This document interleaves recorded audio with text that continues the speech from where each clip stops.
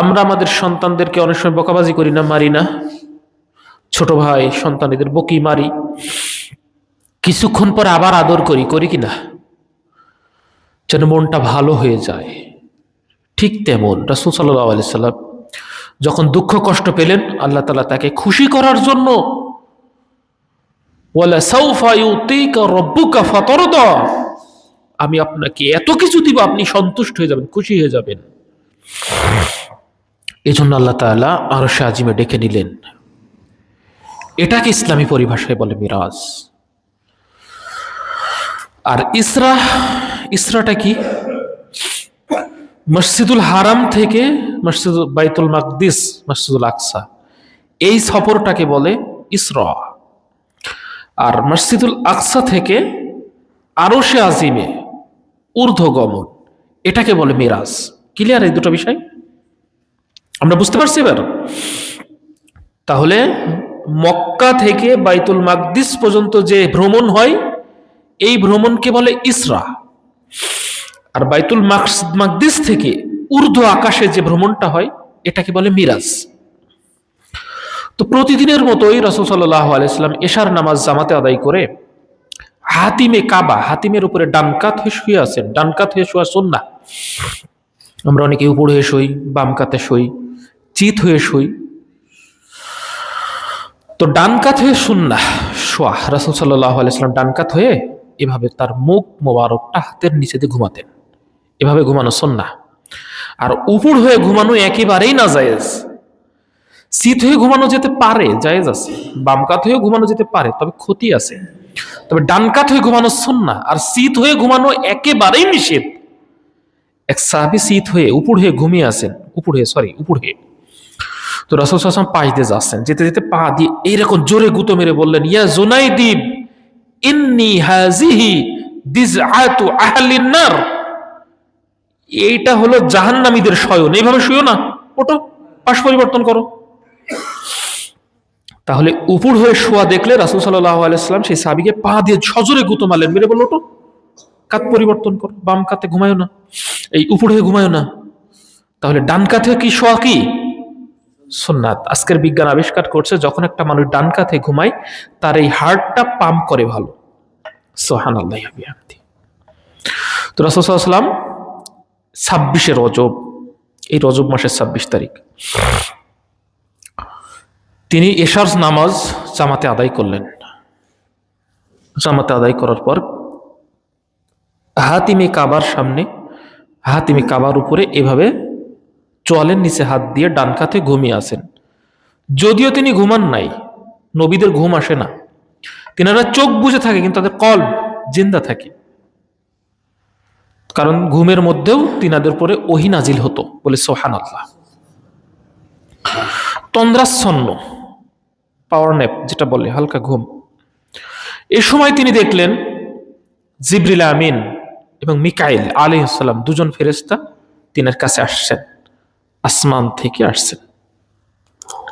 আসলেন, এসে তাকে আস্তে করে জাগালেন। শেখেন এইগুলো। একজন ঘুমিয়ে আছে, আমরা জোরে যেন ধাক্কা না দিই, কারণ সে ঘুমের মধ্যে চমকে উঠবে, তার কষ্ট হবে। এক ইহুদি মসজিদে প্রস্রাব করছে, ইহুদি বেদিন, সভ্যতা নাই। সাহাবীরা জামার হাতা গুটিয়েছে তাকে মারবে বলে, রাসূল সাল্লাল্লাহু আলাইহি ওয়াসাল্লাম বলছে, থামো, সে প্রস্রাব করছে, করতে দাও।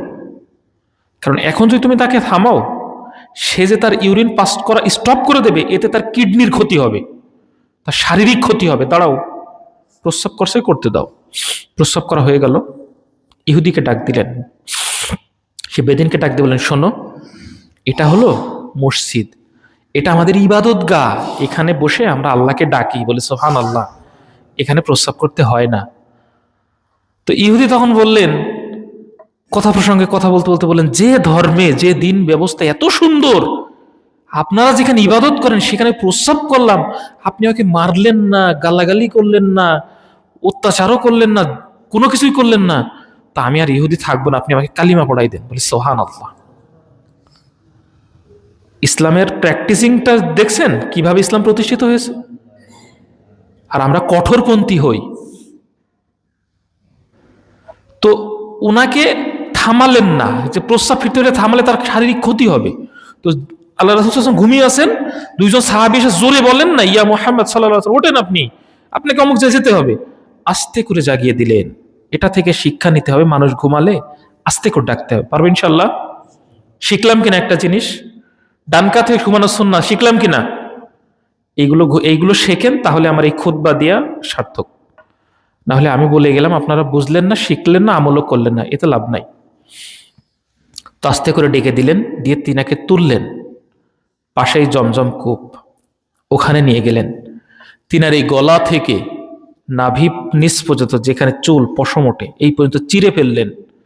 আবু হুরায়রা রাদিয়াল্লাহু তাআলা আনহু বলতেছেন, আমার চোখে যেন এখনো ভাসছে রাসূল সাল্লাল্লাহু আলাইহি ওয়াসাল্লাম গলা থেকে এই পর্যন্ত সেলাইয়ের দাগ ছিল, এখান থেকে এই পর্যন্ত চেরা ছিল। ওপেন হার্ট সার্জারি করে না এখন, এসব সব খুলে ফেলে না? রাসূল সাল্লাল্লাহু আলাইহি ওয়াসাল্লাম এখান থেকে এই পর্যন্ত চিরে ফেললেন, কলবটা বের করলেন। পূর্ণ ঈমান এবং হিকমা দ্বারা একটা স্বর্ণের পাত্র এনে এই কল্পটা এখানে রাখলেন, জমজমের পানি দিয়ে কল্পটা ধৌত করলেন, পূর্ণ ঈমান হিকমা দিয়ে আবার জায়গায় স্থাপন করে দিলেন। কারণ তিনার সাক্ষাৎ হচ্ছে কার সাথে এখন? আল্লাহর সাথে। সুবহানাল্লাহি ওয়া বিহামদিহি। তার কল্পটা জায়গায় রেখে আবার সেলাই করে দিলেন। তর্ক বিতর্ক করার দরকার নেই। আমার হামজা ভাই বলেছে কল্প থাকে মাথায়, কেউ বলছে এখানে থাকে।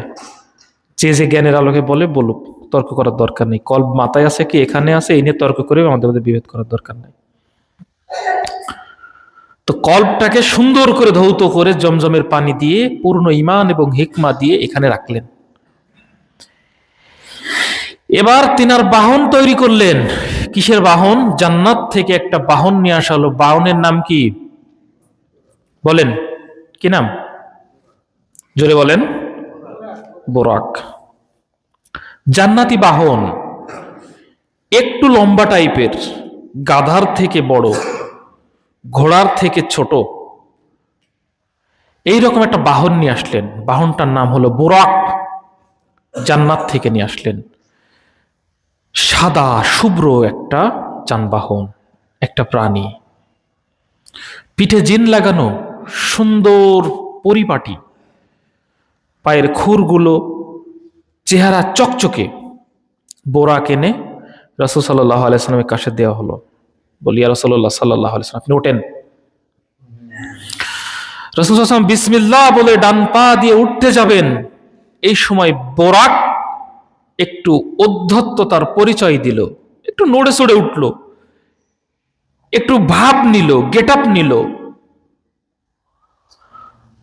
আমাদের সমাজ আসে না, আমাদের স্ত্রীরা আমাদের সাথে একটু ভাব নেয় না, নাই কিনা?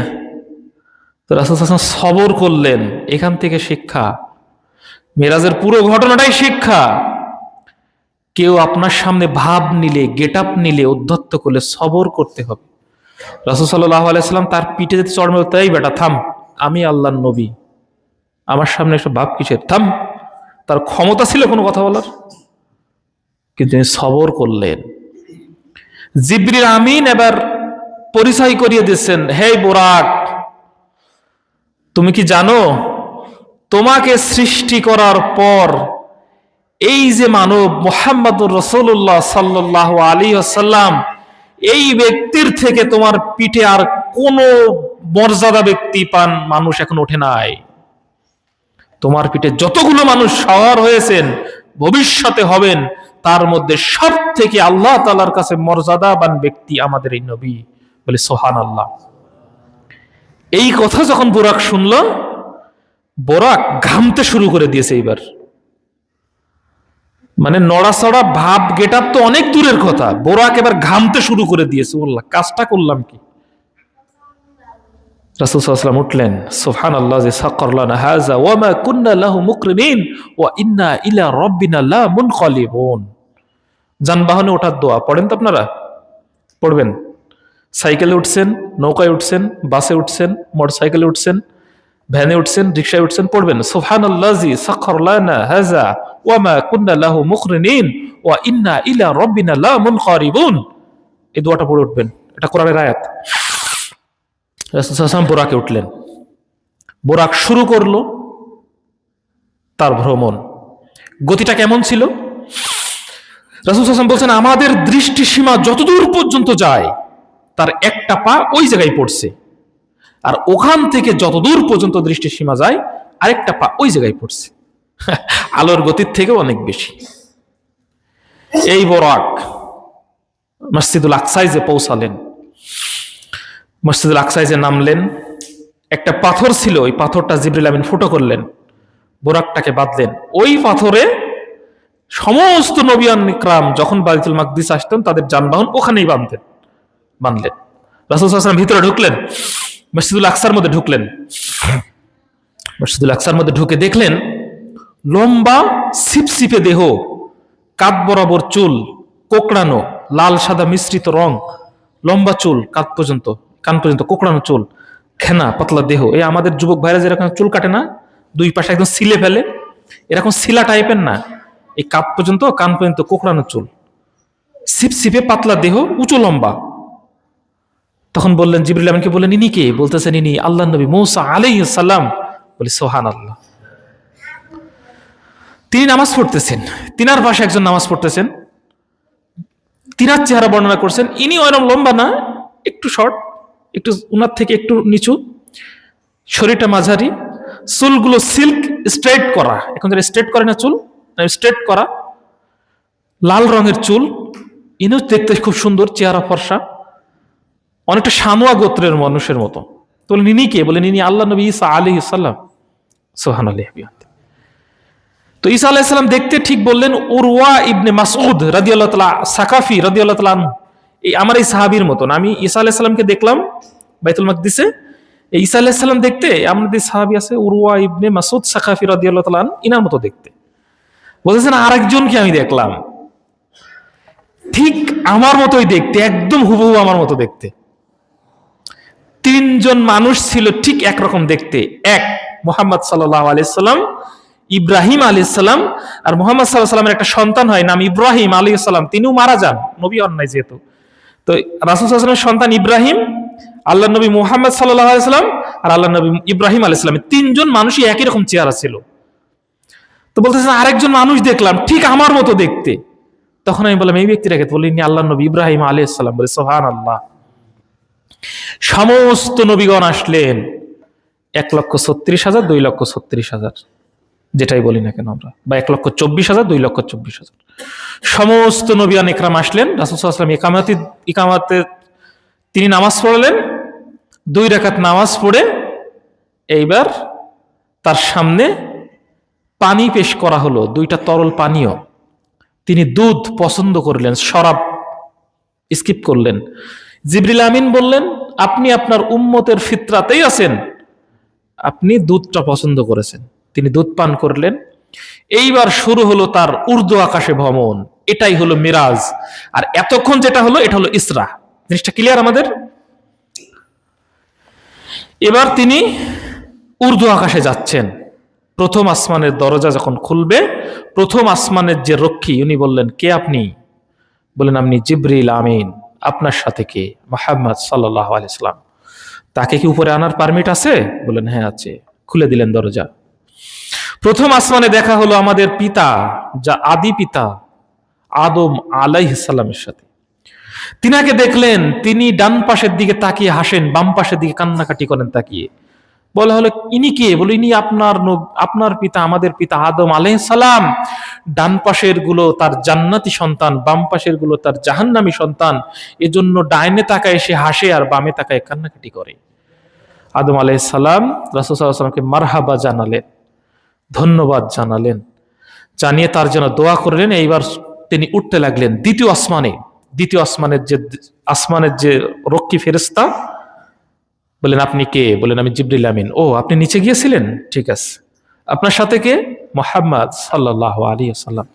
তাকে কি উপরে আনার পারমিশন আছে? বলেন হ্যাঁ আছে। আচ্ছা ঠিক আছে, খুলে দিলাম। দ্বিতীয় আসমানের দরজা খুলে দেওয়া হলো। আমরা যেটা চোখে দেখি এটা প্রথম আসমানের নিম্ন ভাগ, এর উপরে আছে প্রথম আসমান। তারপরে আছে দ্বিতীয় আসমানের নিম্ন ভাগ, তারপরে দ্বিতীয় আসমান, তারপরে আছে তৃতীয় আসমানের নিম্ন ভাগ, তারপরে আছে তৃতীয় আসমান। রাসূল সাল্লাল্লাহু আলাইহি ওয়াসাল্লাম বলছেন, তোমার এই হাতের আংটিটা যদি ওই মরুভূমির বুকে রেখে দাও, ওই মরুভূমির তুলনায় হাতের আংটিটা ঠিক যতটুকু, দ্বিতীয় আসমানের তুলনায় প্রথম আসমানটা ঠিক ততটুকু। এভাবে যখন দ্বিতীয় আসমানে গেলেন, দুজন খালাতো ভাই, দুইজন নবী, জাকারিয়া আলাইহিস সালাম, ঈসা আলাইহিস সালাম এবং ইয়াহইয়া আলাইহিস সালাম, জাকারিয়া আলাইহিস সালামের সন্তান, দুই খালাতো ভাইয়ের সাথে দেখা হলো। তিনারাও তাকে মারহাবা জানালেন। এভাবে যেতে যেতে যেতে তৃতীয় আসমান, চতুর্থ আসমান, মূসা আলাইহিস সালামের সাথে দেখা হলো। মূসা আলাইহিস সালামের সাথে যখন দেখা হলো, মূসা আলাইহিস সালামকে ক্রস করে উপরে যাচ্ছেন, এই সময় মূসা আলাইহিস সালাম বলতেছেন, আমার পরে আসে আর আমার আগে যায়। কি একজন পাওয়ারফুল নবী, বলি সুবহানাল্লাহ। তো তখন বললেন যে ইনি কে? বলতেছেন ইনি আল্লাহর নবী মূসা আলাইহিস সালাম। তো বলতেছেন একজন মানুষ কেউ তার রবের সাথে এইভাবে কথা বলে? তখন জিবরিল আমিন বললেন, আল্লাহ জানে যে ওনার এই নবী এইরকম। আমাদের বাপের 5টা সন্তান হলে সবাই কি একরকম হয়? একটু টেড়া মতো হয় না? সবাই যদি ভালো হয় তাহলে তো বাপের সম্পদ অন্য কেউ লিখে নিবে, একটা যদি টেড়া মতো থাকে কিনা। তো মূসা আলাইহিস সালাম বলতেছেন আমাদের পরে এসে আবার আমাদের আগে উপরে চলে যাচ্ছে, এই বলে কান্নাকাটি শুরু করে দিয়েছেন। তখন বলতেছেন যে কি সম্মান, কি মান মর্যাদা আল্লাহ তাআলা তাকে দিয়েছেন। এবার মূসা আলাইহিস সালামকে ক্রস করে চলে গেলেন। ষষ্ঠ আসমান হারুন আলাইহিস সালামের সাথে দেখা, সপ্তম আসমানে যে ইব্রাহিম আলাইহিস সালামের সাথে দেখা। তিনাকে দেখলেন, তিনি দেখলেন বাইতুল মাআমুর, আমরা যেটাকে কাবাকে কেন্দ্র করে ইবাদত করি, ঠিক কাবারই আদলে, এই কাবার মতোই এইভাবে এই ইনস্ট্রাকশন দিয়ে তৈরি করা, ঠিক এর ঠিক উপরে যেখানে কাবা অবস্থিত, এই কাবার ঠিক উপরে, একদম সোজাসুজি উপরে সপ্তম আসমানে যে এই বাইতুল মাআমুর, ঠিক এই রকম ভাবেই তৈরি করা, বলি সুবহানাল্লাহ। এই বাইতুল মামুরে প্রতি মিনিটে, প্রতিটা সময় এক সময় 70,000 ফেরেশতা ঢোকে, তাওয়াফ করে 70,000 ফেরেশতা চলে যায়, আবার 70,000 ফেরেশতা ঢোকে, তাওয়াফ করে চলে যায়। কিন্তু যে একবার তাওয়াফ করে, until the day of judgement, কিয়ামত দিন অবধি তারা আর দ্বিতীয়বার তাওয়াফ করার সুযোগ পাবে না। তাহলে ফেরেশতাদের সংখ্যা কত আমরা বুঝতে পারছি? 7টা পাক দিতে কতক্ষণ লাগে? তাওয়াফ করে নিয়ে তারা বেরিয়ে যায়, আর 70,000 আসে তাওয়াফ করে। তো তারা আর টাইম পাবে না, কারণ ফেরেশতা এখনো আসছে, রিজার্ভে আসছে আর আসছে আসছে আর আসছে। তাহলে ফেরেশতাদের সংখ্যা কত? এবার বাইতুল মামুরে ইব্রাহিম আলাইহিস সালাম হেলান দিয়ে বসে আছেন। তিনি দেখলেন এভাবে হেলান দিয়ে বসে আছে। হেলান দিয়ে বসে আছেন, বসে থাকার পর ছোট্ট ছোট্ট শিশু বাচ্চারা দৌড়ায় আসতেছে কাঁদতে কাঁদতে, আর মাথায় হাত বুলেছে, আবার হাসতে হাসতে চলে যাচ্ছে। বলছে এই ঘটনাটা কি? বললেন এই যে ছোট ছোট বাচ্চাগুলো দেখছেন না, শিশু, এরা হলো মুসলিম অমুসলিমদের ছোট ছোট বাচ্চা, যারা শিশু অবস্থায় মারা যায়। ওই খেলা করতে করতে হঠাৎ করে তাদের এই পিতা মাতার কথা মনে পড়ে। যেই আব্বা আম্মার কথা মনে পড়ে, তখন দৌড়ায় এসে ইব্রাহিম আলাইহিস সালামের কাছে আসে। ইব্রাহিম আলাইহিস সালাম যে একটু আদর করে দেয়, আবার ভুলে যায়, আবার যে খেলা করে। সুবহানাল্লাহ। তো ইব্রাহিম আলাইহিস সালামের সাথে দেখা হলো। এবার সিদরাতুল মুনতাহা, পৃথিবীর একদম শেষ সীমানা, সিদরাতুল মুনতাহায় গেলেন। সিদরাতুল মুনতাহা হলো বড়ই গাছ, একটা কুল গাছ। রাসূল সাল্লাল্লাহু আলাইহি ওয়াসাল্লাম বলছেন এর পাতাগুলো ঠিক হাতির কানের মতো এরকম বড়, আর ফলগুলো মটকা ফলের মতো এরকম বড়। সেটা যে কি সুন্দর করে সাজানো, আমি কল্পনাই করতে পারছি না, এত সৌন্দর্য। আল্লাহ তাআলা এখানে সূরা বাকারার 2টা আয়াত নাজিল করলেন, আমানা রাসূলু বিমা উনজিলা ইলাইহি মির রাব্বিহি ওয়াল মুমিনুন, এখান থেকে শুরু করে ফানসুরনা আলাল কওমিল কাফিরিন, এই পর্যন্ত সূরা বাকারার এই 2 আয়াত নাজিল করলেন এই সিদরাতুল মুনতাহায়। এবং আল্লাহ তাআলা জানিয়ে দিলেন, আপনার বান্দারা যদি কেউ শিরক না করে, আর এই শিরক না করলে সে জান্নাতে প্রবেশ করবে ইনশাআল্লাহ। আর রাতের বেলা যদি সূরা বাকারার এই 2 আয়াত পড়ে, এটাই তার জন্য যথেষ্ট হয়ে যাবে। এবার আল্লাহ তাআলার সাথে দিদার লাভ করলেন। আব্বাস রাদিয়াল্লাহু তাআলা আনহু বলতেছেন, সরাসরি রাসূল সাল্লাল্লাহু আলাইহি ওয়াসাল্লাম আল্লাহকে দেখেছেন। আম্মা জান আয়েশা রাদিয়াল্লাহু তাআলা আনহা বলেন, তিনি সরাসরি দেখেন নাই। তর্ক করব না, আমার খুতবার শুরু থেকে শেষ পর্যন্ত যেখানে আমি কথা বলি না কেন, একটা কথা আছে, বিশ্বাসে মিলাই বস্তু তর্কে বহুদূর। তর্ক করবেন না কারোর সাথে, কোনো বিষয় করবেন না। যেহেতু সময় সংক্ষেপ, আমি সহজে সারছি। তো এক সাহাবী বলতেছেন তিনি আল্লাহকে সরাসরি দেখেছেন। আম্মা জান আয়েশা রাদিয়াল্লাহু তাআলা আনহা বলছেন, না দেখেন নাই। দেখেছি কি দেখেন নাই, এটা না তর্ক করার প্রয়োজন নাই। এবার তিনি আল্লাহর সাথে দেখা করেছেন বা না করেছেন, এরপর তিনি আরশে আজিমে যাবেন। একটা দুর্বল বর্ণনায় পাওয়া যায় তিনি জুতা পায়ে দিয়ে উঠতেছেন, জিবরিল আমিন বলতেছেন, ইয়া রাসূলুল্লাহ সাল্লাল্লাহু আলাইহি ওয়াসাল্লাম, দাঁড়ান একটু, আপনি তো এবার আরশে আজিমে উঠবেন, আপনার পায়ের জুতা মোবারক একটু খুলে রাখেন। তো রাসূল সাল্লাল্লাহু আলাইহি ওয়াসাল্লাম তার জুতা দুটো খুলবেন, হাত দিচ্ছেন। আল্লাহ তাআলা তখন বললেন যে না, কখনো নয়, আমার আরশে আজিম দামি হতে পারে, আপনার জুতার থেকে দামি নয়, আপনি জুতা পায়ে দিয়েই আসেন। ওই দিন জিবরিল আমিন ভাবলেন, আমি কোনোদিনও আল্লাহ তাআলার কাছে যেতে পারি নাই, আমি কোরআনটা শুনি, কান পেতে সিদরাতুল মুনতাহায় শুনি, আল্লাহ তাআলা বলেন, আমি শুনে যে রাসূল সাল্লাল্লাহু আলাইহি ওয়াসাল্লামের কাছে বলি, কোনোদিন আল্লাহকে দেখি নাই, আজকে হয়তো নবী রাসূল আমি আল্লাহকে দেখবো। সিদরাতুল মুনতাহা ক্রস করুন, ওই সময় বলতেছেন, জিবরিল আমিনকে বলতেছেন, থামো, তোমার ডিউটি শেষ, আর তোমার লাগবে না, আমি অপেক্ষা করছি আমার পেয়ারে নবীর জন্য। ওই দিন তিনি বুঝতে পারলেন, এতদিন মনের মধ্যে একটা সন্দেহ কাজ করতো, আচ্ছা আল্লাহর কাছে কি আমি বড় না রাসূল সাল্লাল্লাহু আলাইহি ওয়াসাল্লাম বড়? কিন্তু ওই দিন যখন দেখলেন আমি যেখানে যেতে পারি না সেখানে আল্লাহ নবী জুতা পায়ে দিয়ে যায়, তাহলে আমার থেকে তিনি নিশ্চয়ই অনেক বড়। এই নবীর উম্মত আমরা, এই নবীর সুরত ধারণ না করে আমরা কি করি, কি করে বেড়াই, আমাদের বুঝে আসে না। তিনি ফিরে আসলেন, আল্লাহ তাআলা 50 ওয়াক্ত নামাজ দিলেন। মুসা আলাইহিস সালামের সাথে দেখা, কি দিলেন? বললেন আমাকে 50 ওয়াক্ত নামাজ দিলেন। বললেন আমার অভিজ্ঞতা আছে, আমার অভিজ্ঞতার আলোকে বলছি আপনার উম্মত পারবে না, আপনি আবার ফিরে যান। তিনি আবার ফিরে গেলেন, 5 ওয়াক্ত কমে 45 ওয়াক্ত। আবার যান, পারবে না আপনার উম্মত, আমার উম্মতের অনেক, এর থেকে অনেক কম চাপাই দিস, তাও পারে নাই। প্রত্যেকবার যায় আর 5 করে কমে, প্রত্যেকবার যায় আর 5 করে কমে। শেষে যখন এই 5 ওয়াক্ত ফজর, জোহর, আসর, মাগরিব, এশা, তখন বললেন আপনি আবার যান, তাও পারবে না। বললেন এবার আমি যেতে লজ্জাবোধ করছি, আর যেতে পারবো না। আল্লাহ রাসূল সাল্লাল্লাহু আলাইহি ওয়াসাল্লাম ওই সূরা বাকারার 2 আয়াত আর এই 5 ওয়াক্ত নামাজ নিয়ে আসছেন।